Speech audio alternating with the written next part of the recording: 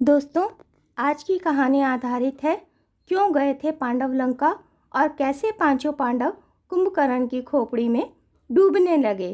किसने बचाया पांडवों को डूबने से? क्या था आखिर खोपड़ी का रहस्य? तो चलिए दोस्तों, शुरू करते हैं कहानी। यह कथा द्वापर युग के अंतिम चरण की है, जब महाभारत का युद्ध होने वाला था, जिसके चलते कौरव और पांडव अपनी अपनी सेना एकत्रित करने में लगे हुए थे। कौरव और पांडव दोनों पक्षों को सेना की आवश्यकता थी, इसलिए दोनों पक्ष अपने अपने सगे संबंधियों या जानकारों को युद्ध के लिए आमंत्रण भेज रहे थे। एक दिन पांडव अपनी माता कुंती के पास गए, जहां उन्होंने चिंतित होते हुए कहा कि माता, यह युद्ध हम कैसे जीतेंगे, क्योंकि कौरवों के पास सेना की तादाद बहुत ज़्यादा है।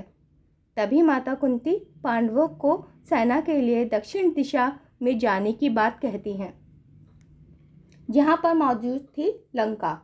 पांचों पांडव माता कुंती से आज्ञा लेकर लंका के लिए निकल गए। रास्ते में उन्होंने भगवान शिव के दर्शन किए। लंका तक जाने का इकलौता मार्ग था राम सेतु, जो कि उस समय टूटा हुआ था। इसलिए लंका जाने के लिए उस क्षेत्र के लोग राम सेतु की मरम्मत समय से किया करते थे। उसी सेतु के माध्यम से पांडव लंका पहुंच गए। तब उन्होंने वहां पहुंचकर माता मंदोदरी से भेंट की। माता मंदोदरी से मिलते ही पांडवों ने माता मंदोदरी को प्रणाम किया और कहा कि आर्यव्रत में अधर्म फैल चुका है, जिसके चलते हमें अपने सगे संबंधियों के साथ एक विशाल युद्ध में कूदना पड़ रहा है, जो धर्म और अधर्म की डोर को समेटे हुए है। हम अपनी माता कुंती के आदेश से ही यहाँ आए हैं और आपसे चाहते हैं कि आप अपनी विशाल सेना से महाभारत के युद्ध में हमारा समर्थन करें। तब मंदोदरी ने कहा कि रावण तो पहले ही स्वर्ग सिधार चुके हैं।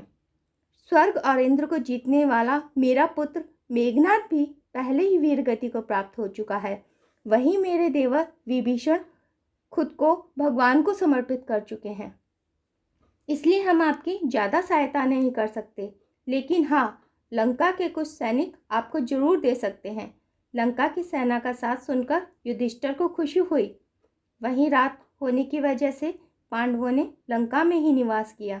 सुबह मंदोदरी ने पांचों पांडवों को स्नान के लिए भेजा।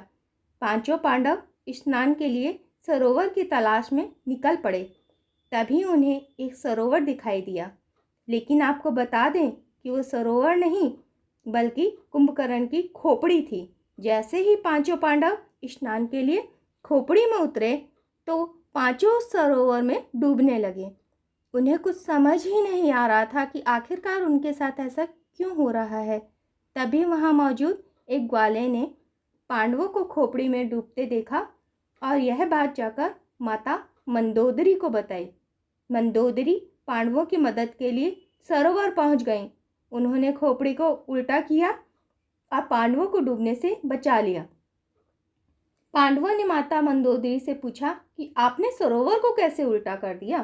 तभी माता मंदोदरी कहती हैं कि यह सरोवर नहीं, बल्कि मेरे देवर कुंभकर्ण की खोपड़ी है। यह सब सुनते ही पांचों पांडव एक पल के लिए हैरान हो गए।